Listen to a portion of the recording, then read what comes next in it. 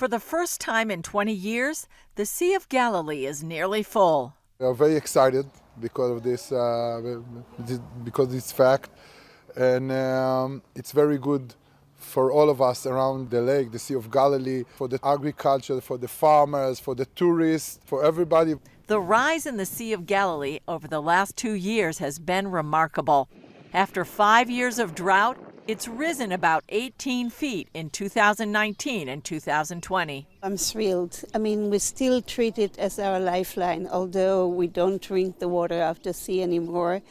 And every time I see a full lake, it's like I want to sing, I want to cry out of joy, and I keep amazed by the grace of God. Israel has had more years of drought than rainy years. During the 5 droughted years, we had a very severe problem with the Sea of Galilee, and we stopped almost completely pumping from the Sea of Galilee. We wanted really to recover the Sea of Galilee as much as possible. The lake used to be one of 3 of Israel's main sources of drinking water. Then years of little rain coupled with growing demand prompted Israel to take other action. Israel is closing the gap with desalination, with recycling water, with conservation, technologies, education, whatever we can. Before last year's rainy season, the shoreline looked like this. It had been dry so long, trees grew along the banks. Now they're underwater.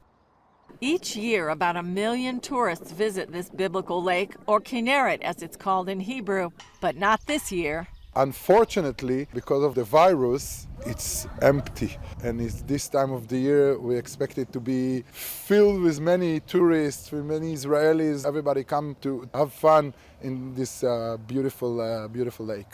Even Israelis weren't allowed to visit the shore until restrictions began to be lifted.